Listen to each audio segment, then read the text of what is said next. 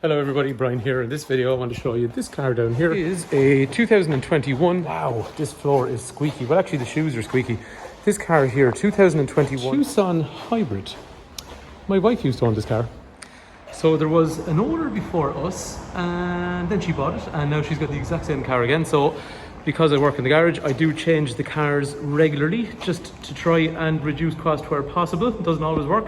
We bought it with low mileage and my wife does quite low mileage. So I think for a 2021 car, the mileage is quite decent on this one. It's done about 38,000 kilometers. Please scratch that. The car's done 36,000 kilometers, so it's averaged about 9,000 kilometers per year. While we had it, we did 2 services on it, and then there was another service done in, I think, Hutton and Mead, where it originally came from first. Anyway, this car will be supplied with, say, 12-month warranty, and the battery is going to have a warranty until 2029. And it'll also be supplied with NCT as well. My wife is extremely pragmatic when it comes to a car. For me, I like to go for really high spec and all that kind of stuff. She is super pragmatic. She looks at it from a value for money point of view. So the likes of this car here then is priced a little bit lower than some of the other 2021s we have because it is the entry model Comfort Plus. One thing I really like on this car was it's the 1.6 Turbo Hybrid, which means it's 235 brake horsepower. And I've always been a bit of a fan of black as a colour anyway. I just like the colour black on cars. So it's going to suit someone like my wife who does short stop-start driving. Wants something that's comfortable because it's automatic, something economical. Okay, as a hybrid car for her, because she did a lot of short stop-start driving, it averaged around kind of 6.5 litres per 100 kilometres, 45 miles per gallon, which is okay for a car, considering it's got 235 horsepower. And you know, it still is a big heavy car. By the way, when I'm saying on this, again, trying to be just as pragmatic as possible, it is the car that we looked at and, you know, it suited what we needed at the time. I'm not saying it's better than any other car just because we used to own it. But when we looked around it, well, when I looked around it, I was quite happy with it. So it did the job for us at home as our family car for 2 of us and our daughter as well. Way too dark to be trying to show you the interior of the car inside, so I think I'll bring it out and we'll go for a quick drive in the car as well. Look in the boot. It is a hybrid, so they don't come with a spare wheel, spare set of plates there, and then just a puncture repair kit with some storage. The boot's in decent condition. It is a 4-year-old vehicle, but quite happy with the plastics around. 1 or 2 very small scratches like that, and then the floor cover's in good condition, and then there's obviously a tonneau cover up through here as well. This one will have a reverse camera which is housed there. I'll show you that in a minute. We used obviously child locks along the back through here. So on the inside, one thing that's slightly unusual on the early 21s, they came with a 2-tone interior. So all the Comfort Pluses had dark cloth, whereas some of the early Comfort Pluses also came with a light door card and armrest in through there. It makes no real difference, it's only a cosmetic thing to look at.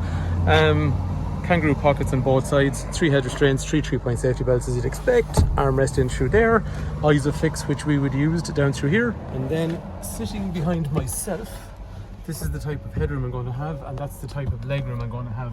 And that's, we had like 4 Honda Civics before this, and just my wife wanted something that was higher off the ground.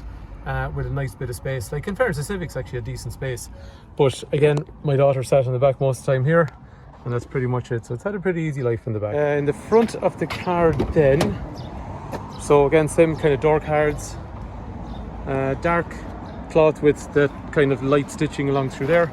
Storage. Safety wise, like any of these modern cars, they all have like anti-lock brakes, emergency brake distribution, lane keep assist, airbags in the front, airbags in the side, airbags up high. All the doors have steel bars for side impact protection, so they are a good, I suppose, safe family car. Wow, that sounds like such a sales pitch, which it is, but I suppose it is true. Electrics for windows and mirrors. Mirrors fold in obviously when you lock the car. That was something that was not on the Civics without, the more difficult way on the Hondas, I'll put it that way to you. Over through here, there was things like cruise control, trip information, average speed, fuel efficiency, current kilometers per hour, tire pressures, all that kind of stuff. This model still, you can see the tire pressures in the car, whereas the newer ones you can't. Handbrakes in through there, drive the car, reverse the car, park the car. It's pretty much that easy. And then obviously it's automatic, so it's go or stop, literally nothing else. Sorry, that's patronizing for some people, but a lot of people are only getting used to automatic cars in Ireland over the last few years. USB connector, however, this car will have Android Auto and Apple CarPlay, and it's wireless, so you don't actually have to plug it in. You're only plugging in if you want to charge it. Dual zone climate control in different temperatures on each side of the car. The seats will be heated up front. One thing that was unusual on the early ones as well was, and they took it off them then after a couple of months, heated steering wheel. So heated steering wheel was on this one, whereas if you look at a Comfort Plus from late 21 onwards, it won't have it. I like what we talked about then, reverse cameras in through here. So you got a power gauge over through here and speedo in through there. I sound like a really cheesy used car salesman in this. I know I'm trying to sell my own car. Do I sound? Anyway. One thing I liked on entry model cars, and even the one I'm going to drive home this evening, I'm driving home a different car this evening, which is an entry model Kona, which is that black one over there. Entry model cars for me, they're a little bit lighter because they've less stuff on them. Maybe it's all in my head. I find them a little bit more nimble and a bit quicker than their higher spec counterparts. Could be all in my head, but the last 20 years, whenever I drove the entry model car, I just found it quicker and more nimble. I suppose technically it's true. So the car is lighter, it means it's more nimble, it means it's quicker. Anyway, most people buying a car like this are not going to care about that stuff. But I liked it. Anytime we went anywhere, I liked driving it because there's good power in it. I like the acceleration in it.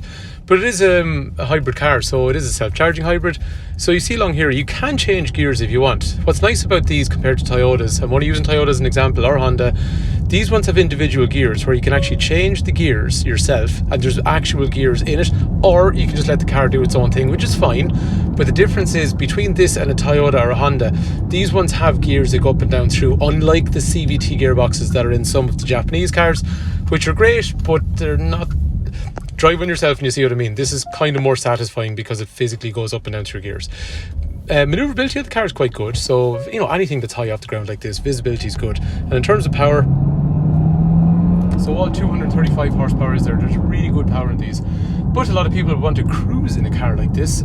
So when you drive in electric mode, obviously it's nice and quiet. But the way it mixes between engine and battery, it's all nice and seamless. The car is quite relaxing to drive in as well. So anyway, there you have it. If you want more information about that car, 086 843 1945, call or text or WhatsApp. Brian is my name. We can take a trade-in. The car is being sold through the garage, so just because we used to own it doesn't mean that you're not getting any less service because you are. So it's still getting supplied with NCT, warranty, pre-sale service and all that kind of stuff. In my opinion, good honest car. I'm not saying it's the most perfect or best one out there, but it did us as a family car, and I definitely think it'll do somebody else as a good family car, and the mileage is low. Anyway, if you want to find out more, 086 843 1945, call, text, WhatsApp. If you want to talk about trade-ins or finance or anything like that, or just the car in general, we'll be happy to help. Brian is me. Thanks for watching.